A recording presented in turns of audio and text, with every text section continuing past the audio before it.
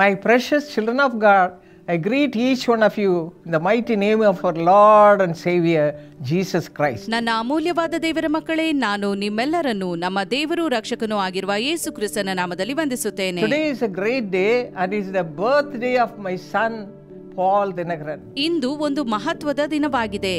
ಇಂದು ನನ್ನ ಮಗ doctor Paul ದಿನಕರನ್ನ ಜನ್ಮದಿನ.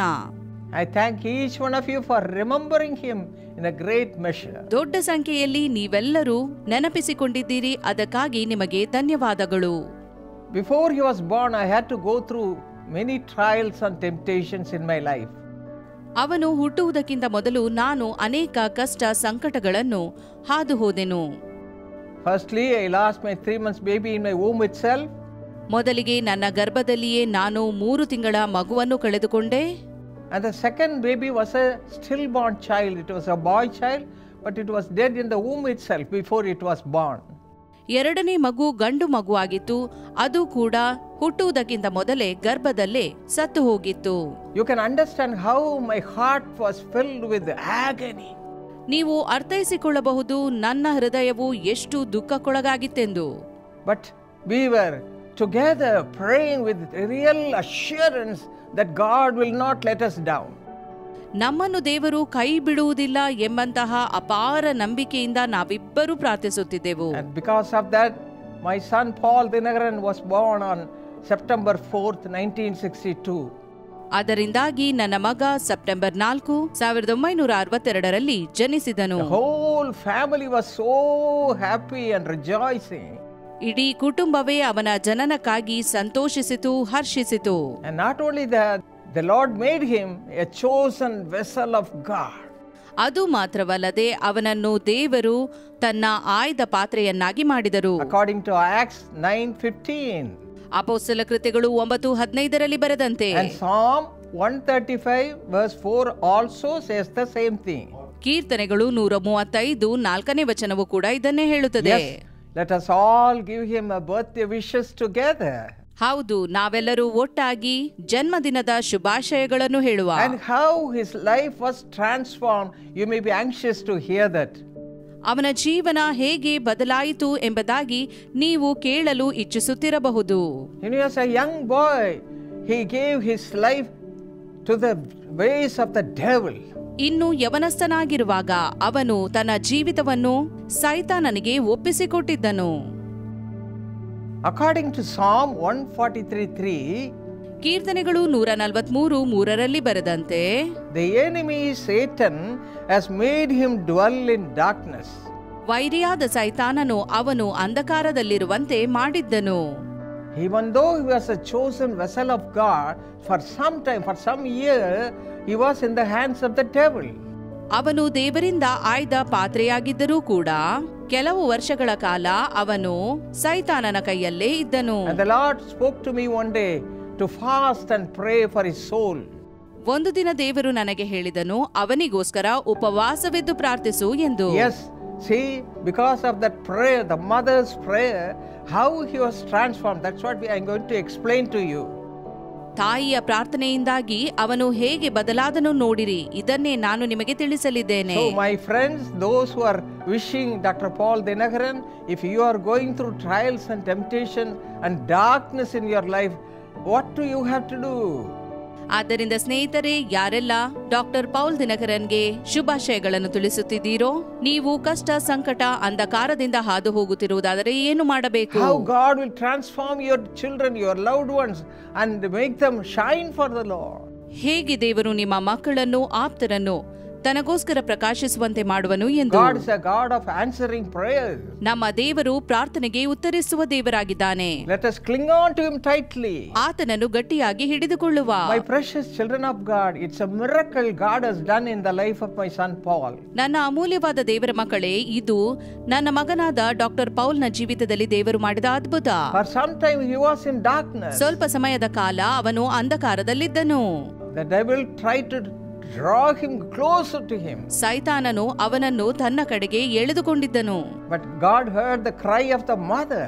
ಆದರೆ ದೇವರು ತಾಯಿಯ ಮೊರೆಯನ್ನು ಲಾಲಿಸಿದನು. Yes, I fasted and prayed every Tuesday from morning 9:30 till evening 5:30 p.m.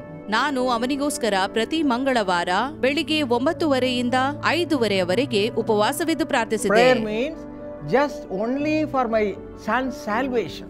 ಪ್ರಾರ್ಥನೆ ಅಂದರೆ ನನ್ನ ಮಗನು ರಕ್ಷಣೆ ಹೊಂದುವುದಕ್ಕಾಗಿ ಮಾತ್ರ ನಾನು ಪ್ರಾರ್ಥಿಸಿದೆ. Not with any other thing. ಬೇರೆ ಯಾವುದನ್ನು ನೆನೆಸಿಕೊಳ್ಳಲಿಲ್ಲ. I will read the word of God again and again from so many chapters, and I will claim the Lord the blessings there. It is mentioned in the Bible verses. ಸತ್ಯವೇದವನ್ನು ಪದೇ ಪದೇ ಓದುತ್ತಿದ್ದೆ. ದೇವರು ಮಾಡಿದ ವಾಗ್ದಾನಗಳನ್ನು ನಾನು ಘೋಷಿಸಿಕೊಳ್ಳುತ್ತಾ ಇದ್ದೆ. Then I will start thanking God. ಮತ್ತು ನಾನು ದೇವರಿಗೆ ಸ್ತೋತ್ರಗಳನ್ನು ಹೇಳುತ್ತಿದ್ದೆ. As if I have received all the blessings. ಆ ಆಶೀರ್ವಾದಗಳನ್ನು ನಾನು ಪಡೆದಾಗಿದೆ ಎಂಬಂತೆ ಸ್ತೋತ್ರ ಹೇಳುತ್ತಿದ್ದೆ. Hallelujah.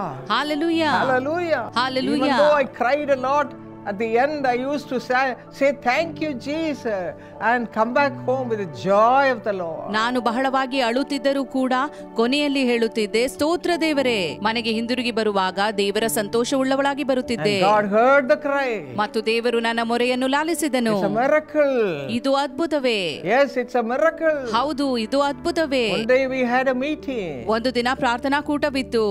So many people who are saved and received the baptism of the Holy Spirit attended that meeting. ಯಾರೆಲ್ಲ ರಕ್ಷಣೆ ಹೊಂದಿದ್ದರೋ, ಪವಿತ್ರಾತ್ಮನಿಂದ ಅಭಿಷೇಕ ಹೊಂದಿದ್ದರೋ ಅವರೆಲ್ಲ ಅಲ್ಲಿ ಕೂಡಿ ಬಂದಿದ್ದರು. But my son Paul Dinakaran was the only one who was not a saved person in that meeting. ಆ ಕೂಟದಲ್ಲಿ ರಕ್ಷಣೆ ಹೊಂದದೇ ಇರುವ ವ್ಯಕ್ತಿ ನನ್ನ ಮಗ ಪೌಲ್ ದಿನಕರನ್ ಮಾತ್ರ ಆಗಿದ್ದನು. But God heard the cry of the mother.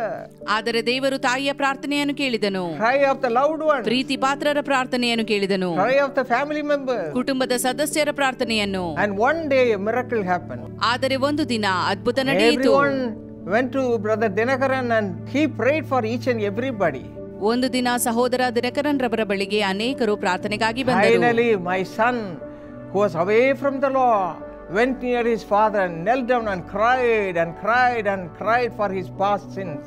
ಕೊನೆಗೆ ದೇವರಿಂದ ದೂರವಾಗಿದ್ದ ನನ್ನ ಮಗನು ತನ್ನ ತಂದೆಯ ಬಳಿಗೆ ಬಂದು ಮೊಣಕಾಲೂರಿ ಅತ್ತನು ತನ್ನ ಪಾಪಗಳಿಗಾಗಿ. He was just 17 years. ಅವನಿಗೆ 17 ವರ್ಷವಾಗಿತ್ತು. God gave him a new life. ನೂತನ ಜೀವಿತವನ್ನು ದೇವರು A ಕೊಟ್ಟನು. beautiful life. ಸುಂದರವಾದ ಜೀವಿತ. From that day onwards until today he is shining for the glory of God. ಅಂದಿನಿಂದ ಇಂದಿನವರೆಗೂ ದೇವರ ಮಹಿಮೆಗಾಗಿ ಪ್ರಕಾಶಿಸುತ್ತಾ ಇದ್ದಾನೆ. My friends, what a glorious God we have. ಸ್ನೇಹಿತರೆ, ಎಂತ ಮಹಿಮೆಯುಳ್ಳ ದೇವರು ನಮಗಿದ್ದಾನೆ ನೋಡಿರಿ. You need not be worried about any problem in your life. ನಿಮ್ಮ ಜೀವಿತದಲ್ಲಿರುವ ಯಾವುದೇ ತೊಂದರೆಗಳಿಗೆ ನೀವು ಚಿಂತಿಸಬೇಕಾಗಿಲ್ಲ. Spend the time at the feet of God. ದೇವರ ಸಾನ್ನಿಧ್ಯದಲ್ಲಿ ಸಮಯವನ್ನು ಕಳೆಯಿರಿ. Fast and pray and cry unto the Lord. ಮೊಣಕಾಲೂರಿ ಪ್ರಾರ್ಥನೆ ಮಾಡಿರಿ, ದೇವರ ಮುಂದೆ ಅಳಿರಿ. Surely God will answer your prayers. ಖಂಡಿತವಾಗಿಯೂ ದೇವರು ಪ್ರಾರ್ಥನೆಗೆ A ಉತ್ತರಿಸುವನು. miracle happened in the life of my son. ನನ್ನ ಮಗನ ಜೀವಿತದಲ್ಲಿ ಅದ್ಭುತವು ನಡೆದಿದೆ. He was blessed with degrees after that. ಅದರ ನಂತರ ಪದವಿಯ ಮೇಲೆ ಪದವಿಯನ್ನು ಪಡೆಯುತ್ತಾ ಹೋದನು. Blessed with the gifts of the Holy Spirit. ಪವಿತ್ರಾತ್ಮನ ವರಗಳಿಂದ ಆಶೀರ್ವದಿಸಲ್ಪಟ್ಟನು. Even in his young age, 17 years, God started using him. 17 ವರ್ಷ ಪ್ರಾಯದಲ್ಲಿಯೇ ದೇವರು ಅವನನ್ನು ಉಪಯೋಗಿಸಲು ಪ್ರಾರಂಭಿಸಿದನು. Isaiah 60 verses 1 to 3 says the same thing. ಏಷಯ 60 1 2 3ನೇ ವಚನಗಳು. Arise, shine, for your light has come, and the glory of the Lord is risen upon you. ಏಳು, ಪ್ರಕಾಶಿಸು, ನಿನಗೆ ಬೆಳಕು ಬಂತು, ಯೆಹೋವನ ತೇಜಸ್ಸು ನಿನ್ನ ಮೇಲೆ ಉದಯಿಸಿದೆ. Yes, that's what is happening in the life of my son. ಹೌದು, ಇದೇ ನನ್ನ ಮಗನ ಜೀವಿತದಲ್ಲಿ ನಡೆಯುತ್ತಿದೆ. My friends, thank you for all your prayers. ಸ್ನೇಹಿತರೆ, ನಿಮ್ಮೆಲ್ಲರ ಪ್ರಾರ್ಥನೆಗಾಗಿ ಧನ್ಯವಾದಗಳು. Let us all unitedly wish him and pray for his blessings. ನಾವೆಲ್ಲರೂ ಒಟ್ಟಾಗಿ ಶುಭಾಶಯ ಕೋರುವ ಮತ್ತು ಆತನಿಗೋಸ್ಕರ ಪ್ರಾರ್ಥಿಸುವ. The Lord who has transformed him and gave him so many blessings and using him as a vessel of glory, let the blessing of God come upon him right now. ಅವನನ್ನು ಬದಲಾಯಿಸಿ ಅನೇಕ ಆಶೀರ್ವಾದಗಳನ್ನು ನೀಡಿದ ದೇವರು, ತನ್ನ ಮಹಿಮೆಯ ಪಾತ್ರೆಯನ್ನಾಗಿ ಉಪಯೋಗಿಸುತ್ತಿರುವ ದೇವರು ಹೇರಳವಾಗಿ ಆಶೀರ್ವದಿಸಲಿ. Shall we unite our hearts and pray for the blessing of our son? ನಾವೆಲ್ಲರೂ ಒಂದೇ ಮನಸ್ಸುಳ್ಳವರಾಗಿ ನನ್ನ ಮಗನಿಗಾಗಿ ಪ್ರಾರ್ಥಿಸುವ. Our precious heavenly Father, thank you Lord for your wonderful presence. ಅಮೂಲ್ಯವಾದ ಸ್ವರ್ಗೀಯ ತಂದೆಯೇ, ನಿನ್ನ ಅದ್ಭುತ ಪ್ರಸನ್ನತೆಗಾಗಿ ನಿನಗೆ ಸ್ತೋತ್ರ. Thank you for Paul Dinakaran's birth, O Father. Paul ದಿನಕರನ್ನ ಜನ್ಮಕ್ಕಾಗಿ ನಿನಗೆ ಸ್ತೋತ್ರ. When I was depressed in my life, you gave him and make me receive all God's abundant blessing through his birth, O Father. ನಾನು ದುಃಖದಿಂದ ಕುಗ್ಗಿ ಹೋಗಿದ್ದಂತ ಸಮಯದಲ್ಲಿ Paul Dinakaran ನನ್ನು ನೀಡಿ ಸಂತೈಸಿದ್ದಕ್ಕಾಗಿ ಸ್ತೋತ್ರ. Even today lay the mighty hand upon him. ಇಂದು ಕೂಡ ನಿನ್ನ ಘನವುಳ್ಳ ಹಸ್ತವನ್ನು ಆತನ ಮೇಲೆ ಇಡು ಎಂದು ಬೇಡುತ್ತೇನೆ. You have taken him in your hands and using him for your glory, Master. ನಿನ್ನ ಹಸ್ತಕ್ಕೆ ಆತನನ್ನು ತೆಗೆದುಕೊಂಡು ನಿನ್ನ ಮಹಿಮೆಗೋಸ್ಕರ ಉಪಯೋಗಿಸುವುದಕ್ಕಾಗಿ ಸ್ತೋತ್ರ. We all unitedly pray for all the blessings in his life, O Father. ಆತನು ಆಶೀರ್ವದಿಸಲ್ಪಡುವುದಕ್ಕಾಗಿ ನಾವೆಲ್ಲರೂ ಒಮ್ಮನಸ್ಸಿನಿಂದ ಪ್ರಾರ್ಥಿಸುತ್ತೇವೆ. Increase your blessing upon him. ಅವನ ಮೇಲಿರುವ ನಿನ್ನ ಆಶೀರ್ವಾದವನ್ನು ಹೆಚ್ಚಿಸು. Give him good health.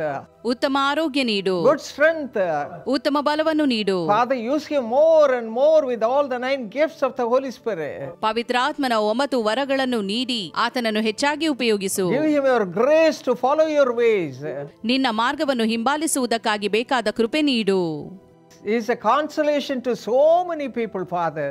ಆತನು ಅನೇಕರಿಗೆ ಸಾಂತ್ವನ ನೀಡುವಾತನಾಗಿದ್ದಾನೆ. Thank you for this grace. ಈ ಕೃಪೆಗಾಗಿ ನಿನಗೆ ಸ್ತೋತ್ರ. And at the same time, we all pray together for the children who are away from the Lord. ಈ ಸಮಯದಲ್ಲಿ ನಿನ್ನಿಂದ ದೂರವಾಗಿರುವ ಎಲ್ಲಾ ಮಕ್ಕಳಿಗೋಸ್ಕರ ನಾವು ಬೇಡಿಕೊಳ್ಳುತ್ತೇವೆ. We all together pray for such people. ಅಂತ ಜನರಿಗಾಗಿ ಒಮ್ಮನಸಾಗಿ ಪ್ರಾರ್ಥಿಸುತ್ತೇವೆ. Make them also shine for your glory. ಅವರು ಕೂಡ ನಿನ್ನ ಮಹಿಮೆಗಾಗಿ ಪ್ರಕಾಶಿಸುವಂತೆ ಮಾಡು. We give you all the glory. ನಿನಗೆ ಮಹಿಮೆಯನ್ನು ಸಲ್ಲಿಸುತ್ತೇವೆ. In Jesus' name we pray. ಯೇಸುವಿನ ನಾಮದಲ್ಲಿ ಬೇಡಿದ್ದೇವೆ. Amen. ಆಮೆನ್.